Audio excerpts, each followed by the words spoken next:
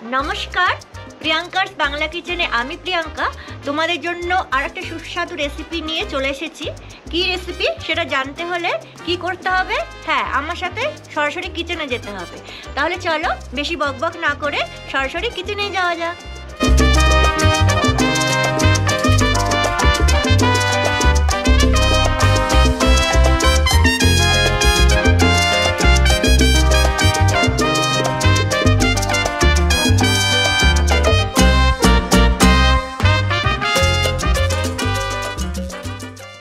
এসে গেছে কিচেনে। আজকে আমি তোমাদের সাথে শেয়ার করব সয়াবিনের একটা রেসিপি, সয়াবিনের কোপ্তা। তার জন্য দেখো, সয়াবিনটাকে আমি গরম জলে ফুটিয়ে নিয়েছি নুন দিয়ে, তারপরে ঠান্ডা জলে ভালো করে ধুয়ে এটাকে চিপে নিয়েছি, এর সমস্ত জলটাকে আমি বার করে নিয়েছি। আর দেখো, আগে থেকে আমি মিক্সিতে রসুন, ধনেপাতা আর কাঁচা লঙ্কা এইভাবে পুরোটা পেস্ট করিনি, এইভাবে আধা পেস্ট আমি করে নিয়েছি, দেখতে পাচ্ছ তোমরা। এইবারে আমি এই সয়াবিন গুলো এর মধ্যে দিয়ে দেবো আর মিক্সিতে একটা পেস্ট বানিয়ে নেব।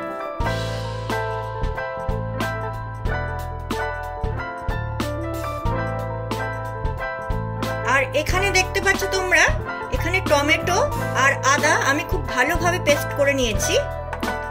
আর এখানে রসুন আর পেঁয়াজ আর কাঁচা লঙ্কা এইভাবে আমি মিক্সিতে বেটে নিয়েছি।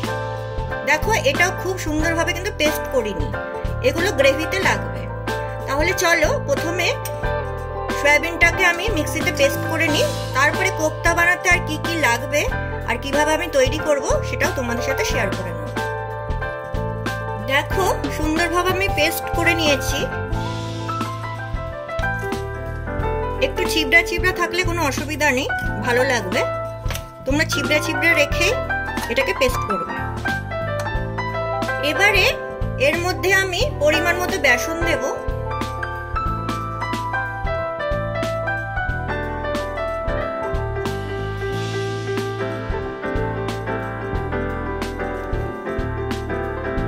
প্রথমে আমি 4 চামচ বেসন দিলাম, পরে লাগলে আবার পরে দেব। সয়াবিনটা সেদ্ধ করার সময় আমি নুন দিয়ে করেছিলাম, তাই নুনটা বুঝে দিতে হবে। অল্প একটু নুন দিলাম।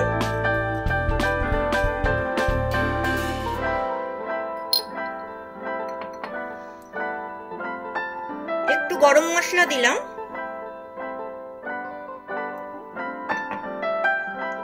আর একটু হলুদ গুঁড়ো। আর দিয়ে দেব পেঁয়াজ কুচি। তোমরা এখানে সামান্য ঘি দিতে পারো, তাহলে ভেতরটা মানে কোপ্তার ভেতরটা খুব জুসি থাকবে। এবারে খুব ভালোভাবে মেখে নেব। আমি হাত দিয়ে মাখছি, হাতটা আমার ধোয়া আছে খুব ভালোভাবে।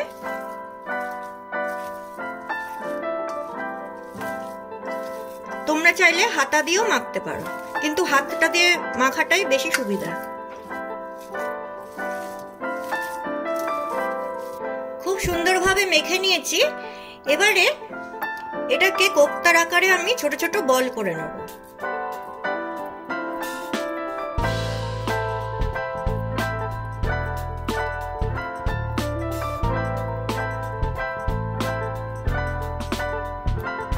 এইভাবে ছোট ছোট বল আমি তৈরি করে নিচ্ছি। সব কয়টা কোপ্তা আমি তৈরি করে নিয়েছি। এবারে ফ্রাই করে নেব। তেলটা খুব ভালোভাবে গরম করে নিয়েছি। তেলটা কিন্তু খুব ভালোভাবে গরম করতে হবে, নইলে কোপ্তাগুলো ফেটে যেতে পারে। এবারে প্রথমে আমি একটা কোপ্তা দিয়ে দেখবো ঠিক আছে কিনা। যদি কোপ্তা ফেটে যায় তাহলে আবার তোমরা বেসন দিয়ে ভালো করে মেখে আবার কোপ্তা তৈরি করে নেবে। প্রথমে একটা দিয়ে দেখবে ঠিকঠাক আছে কিনা। দেখো, ঠিকই আছে। এবারে আমি বাকি কোপ্তাগুলো দিয়ে দেবো।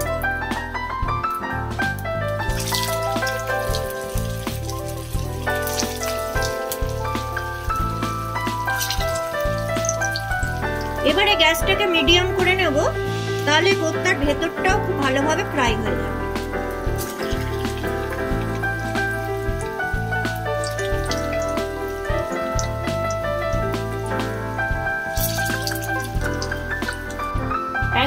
ফ্রাই হয়ে গেছে, এবারে আলতোভাবে উল্টে দেবো আমি।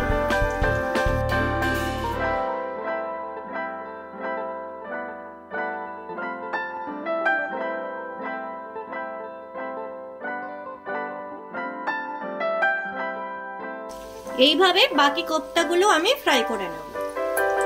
দেখো সব কয়টা কোপ্তা আমি খুব সুন্দরভাবে ফ্রাই করে নিয়েছি। চলো এবারে গ্রেভিটা বানিয়ে নিই। কোপ্তা ভাজা তেলটা আমি এই কড়াইতে নিয়ে নিয়েছি। কড়াইতে একটু হিং দিয়ে দেবো।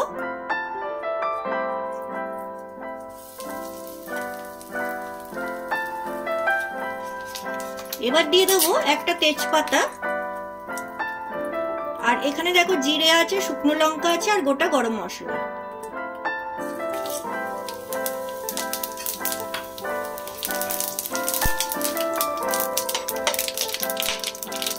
এবারে এই পেঁয়াজ আর লঙ্কা রসুন যেটা আমি আধা পেস্ট করে রেখেছিলাম এটাকে দিয়ে দেবো।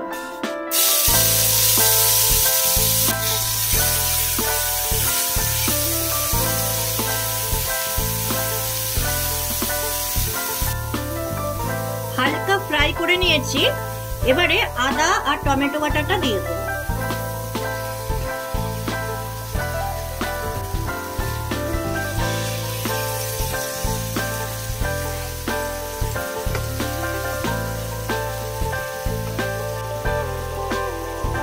পরিমাণ মতো নুন দেব, হলুদ গুঁড়ো দেব,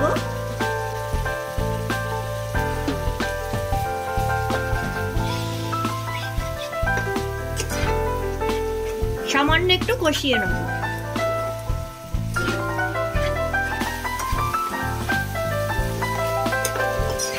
মশলাটা দেখো হালকা কষেছে।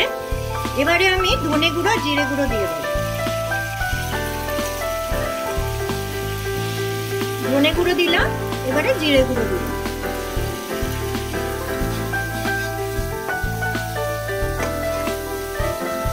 এইবারে খুব ভালোভাবে কষে নেব মশলাটাকে, যতক্ষণ না মশলা থেকে তেল ছেড়ে দিচ্ছে। মশলাটা কষে গেছে দেখো খুব ভালোভাবে। এবারে পরিমাণ মতো জল দিয়ে দেব।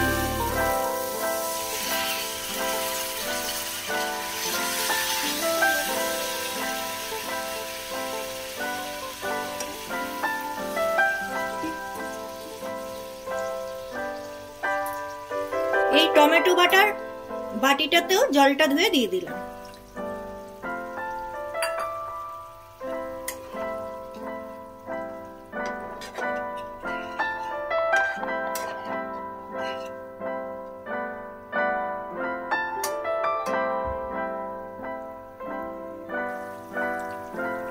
ঝোলটা ফুটে উঠেছে। এবারে আমি কসুরি মেথি দিয়ে দিলাম।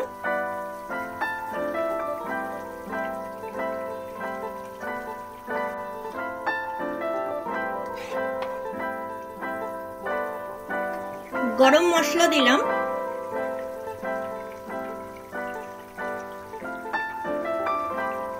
ভালো করে মিশিয়ে নেব।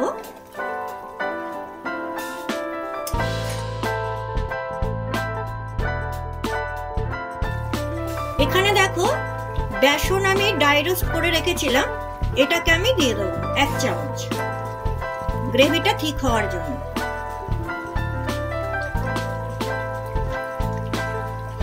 এটা তোমরা মশলা যখন কষাবে তখন দেবে, আমি দিতে ভুলে গেছিলাম, এই জন্য পরে দিলাম।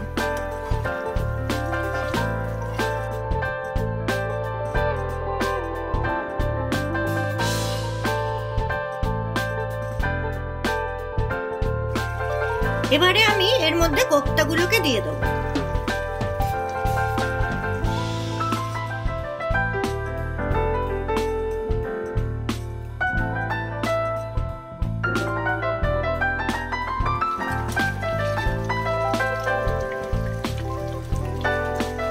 ওপর দিয়ে কিছুটা ধনেপাতা ছড়িয়ে দেব।